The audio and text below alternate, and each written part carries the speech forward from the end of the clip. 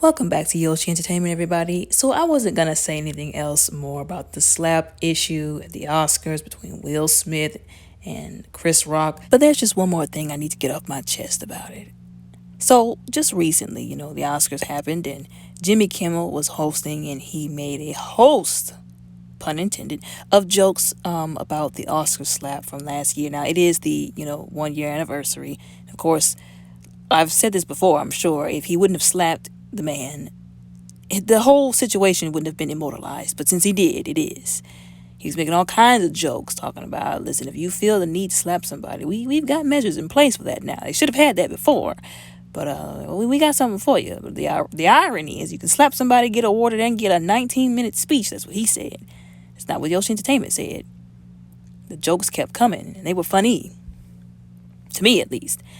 Now, what even struck me as even funnier, before Jimmy Kimmel made all the jokes about the Oscar slap, Will Smith had the audacity to get on the internet and tell one of the news outlets that he wasn't happy about, Chris Rock, speaking on it again, having a special. He even went so far as to say it was distasteful, and that is a verbatim quote out of his mouth, straight from the horse's mouth, if you will, that he thought it was distasteful for, Netflix to give him a special.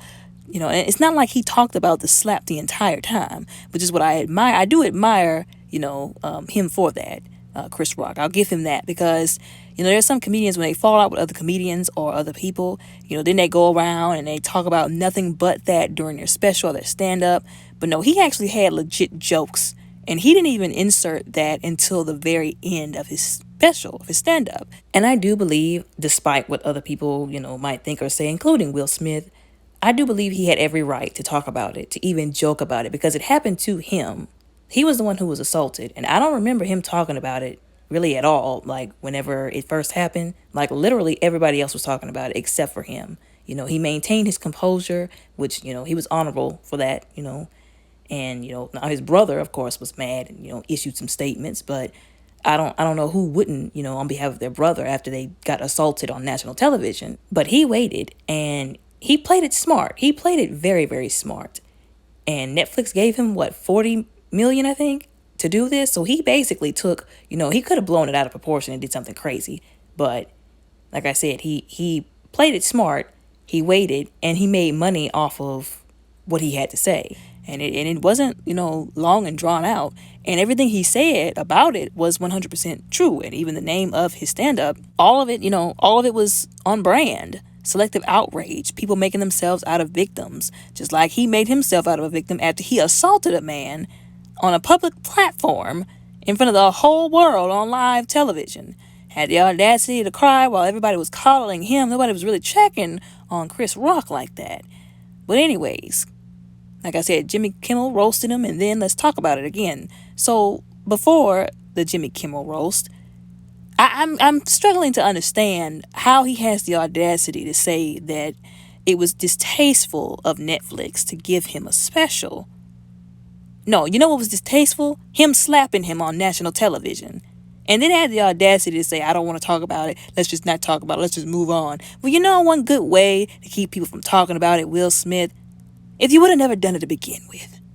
If you would have never slapped the man on a public platform, as I said, on live television, we wouldn't be going through this. But because he decided to be ruled by his emotions, be emotionally immature and weak, quite frankly, walk up on stage and slap somebody over a joke that did not warrant violence at all, for a woman that, don't even get me started on Jada Pinkett Smith. Really? Like, you gonna slap him over her? Really? But like I said, he wouldn't have to worry about this if he had some kind of self-control and emotional maturity.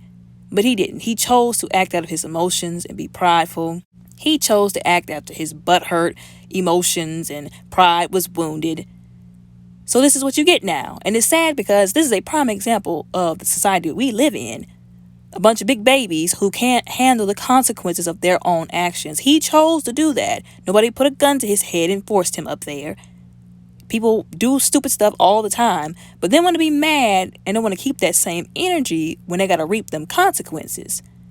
And sometimes the consequences look like every year during the anniversary, people bringing it up and roasting you over it, as you deserve to be. Learn how to take some accountability. My goodness. But anyways, now that I got that off my chest, y'all let me know what y'all think and how y'all feel down in the comments below. Don't forget to like and subscribe. Y'all have a blessed day, filled with emotional intelligence and maturity.